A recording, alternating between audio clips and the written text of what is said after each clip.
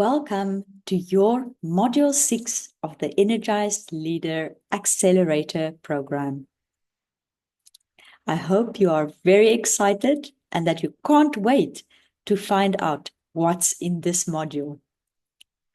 It's all about relationships this week. We will look at relationship principles, falling in love with yourself,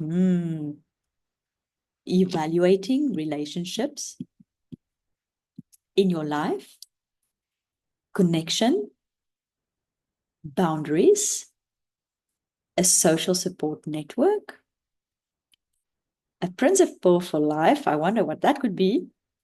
And of course, to be expected, your daily reflection exercises. So this week is all about relationships, recognizing important principles, evaluating the existing principles, existing relationships, fostering connection, setting boundaries, and recognizing the importance of social support networks. This week, you will bring along what you love about yourself, results from evaluation of your existing relationships, examples of boundaries that you set, your social support network top 5. I hope you will really like this. There's a bonus video. It's a podcast I recorded for a training session, and it's called From Conflict to Collaboration. It's also accompanied by a presentation, and this is under the resources under bonus. So are you ready to dive in? Let's have a quick look at relationship principles. So I'll just give you a quick rundown of the 7 relationship principles. Number 1, relationships are thoughts.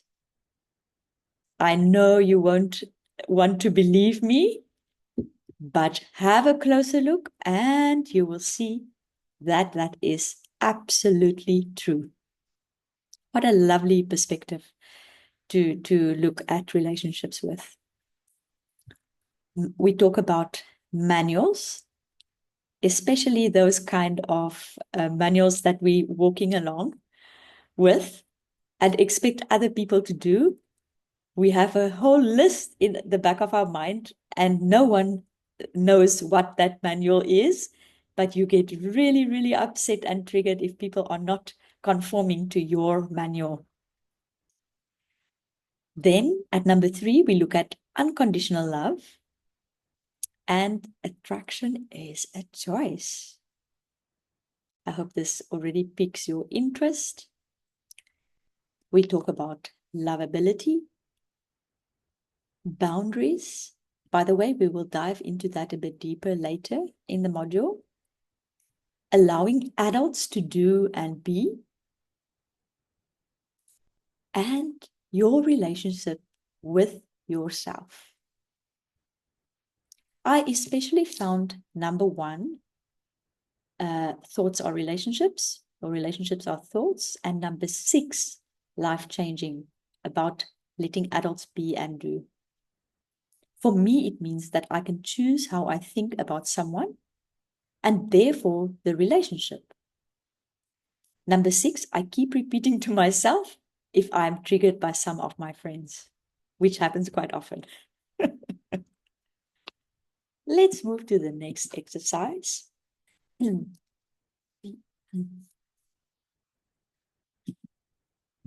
Let's talk about falling in love with yourself. This is a lovely assignment and only meant for your eyes.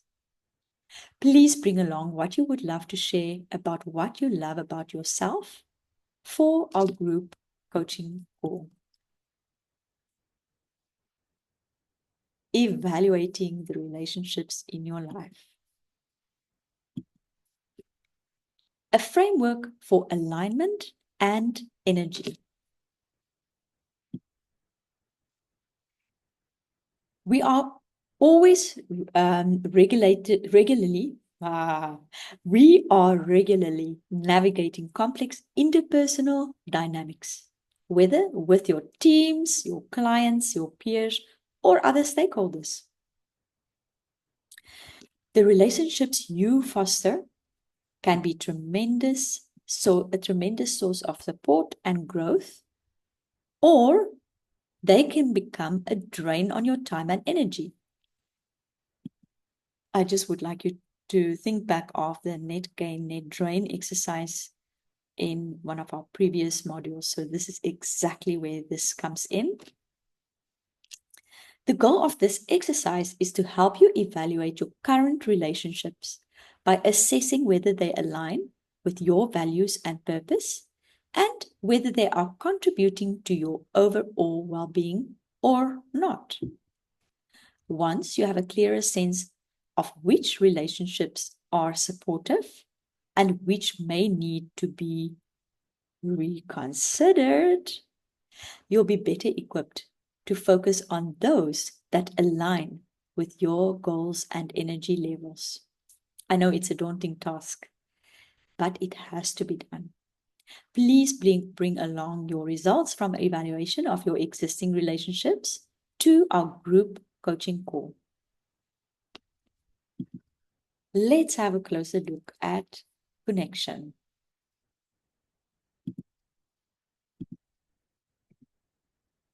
Connection is one of the most fundamental human needs, both in our professional and personal lives. According to Brené Brown, a leading researcher on vulnerability, courage, and empathy, connection is essential for emotional well-being and resilience. In her work, Brown highlights that true connection is built on vulnerability, trust, and authenticity. It's not about merely interacting with others. It's about forming genuine bonds that allow us to be seen for who we truly are, both in our strengths and vulnerabilities. Brown's research emphasizes that we cannot thrive without meaningful connections. They are the lifeblood of human experience, supporting our emotional resilience and sense of belonging.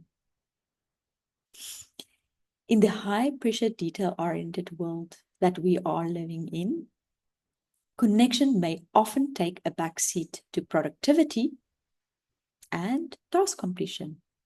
However, fostering connection with colleagues and peers is critical to building effective teams, reducing stress, and enhancing overall performance.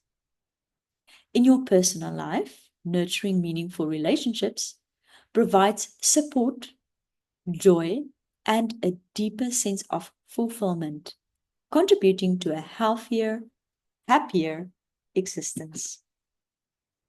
Let's take a closer look at boundaries. Boundaries are essential for maintaining mental, emotional, and physical health, especially in high-stake professions. As Brené Brown explains, yes, I really love this lady's work. Boundaries are not about keeping people out. They're about creating space where we can be our true selves while maintaining healthy and respectful relationships. Boundaries are an act of self-respect and self-care, allowing us to protect our energy, manage stress, and stay aligned with our values and our purpose. When we fail to set boundaries, we risk burnout, resentment, and a lack of fulfillment, both in our professional and personal lives. Brown's research reveals that one of the key reasons people struggle with boundaries is the fear of being judged. or disliked. However, healthy boundaries actually lead to deeper, more respectful relationships. I know it sounds counterintuitive. When we set clear limits, we show others how we expect to be treated, and this encourages them to treat us with respect. It's an act of vulnerability to communicate our needs clearly, but it fosters a sense of trust and safety in relationships. Boundaries help us communicate what is okay and not okay, and they create the space we need to thrive. Please bring along examples of boundaries you implemented to our group coaching call. Social support network. Building a social support network. Your lifeline in times of need in both our personal and professional lives. Having a strong support network is vital for maintaining well-being, resilience, and success. In times of stress, uncertainty, or change, a reliable group of people can offer guidance, emotional support, and practical help. However, just like any other type of relationship, a support network needs to be nurtured and intentionally built over time. It's not something you can rely on magically appear when things get tough. It requires effort, trust, and communication to create. Please bring along your top 5 for your support network to our group coaching call. Now we're getting to a principle for life. As part of my coaching certification, we learned a principle that I would like to teach you. We learned to look at our clients as naturally creative, resourceful, and whole. We even had an acronym, NCRW. When you approach others as naturally creative, resourceful, and whole, you shift your perspective from seeing them as incomplete or needing fixing to recognizing their inherent strengths and capabilities. This mindset fosters mutual respect and empowerment in relationships as you create an environment where people feel valued, supported. Instead of focusing on problems or deficiencies, you begin to see opportunities for growth, collaboration, and understanding. This positive and affirming approach can deepen trust, improve communication, and lead to healthier, more harmonious connections, whether in the workplace or in personal relationships. We have some interesting tasks for this week's daily reflections. I would like you to pick one relationship to work on this week. Each day you will focus on the same person. Ideally, pick someone with whom you have had challenges and want to improve your relationship. Every day you'll check in with your thoughts and feelings about yourself and the other person. Use the thought downloads and models to reflect on how you're showing up in the relationship and how you can shift your perspective. You will notice that the instructions vary slightly to highlight and reflect on different aspects of the relationship. I have included in the appendix and additional resources references to a book, and there are also additional resources for evaluating relationships according to The Work by Byron Katie and Nonviolent Communication, for short NVC. There's also a bonus podcast, as I mentioned right at the start, where there is a podcast that I delivered on the title From Conflict to Collaboration. I really hope you enjoy this week's relationship topic, and that you'll really commit yourself to the work to redefine the relationships that you have, and to have a closer look at a significant relationship. I just want to mention that Katie Byron's work, there's a sheet, she calls it Judge Your Neighbor, really, really helped me to have a closer look at myself and my relationship to others. So I can highly recommend, if you have additional time, to have a look on her website. There is a lot of free information, including even some extracts from her book, The Work. And similarly, so NVC, or nonviolent communication, I include some resources for you, but you can also have a look at their website and download some additional material if you're interested to dive deeper.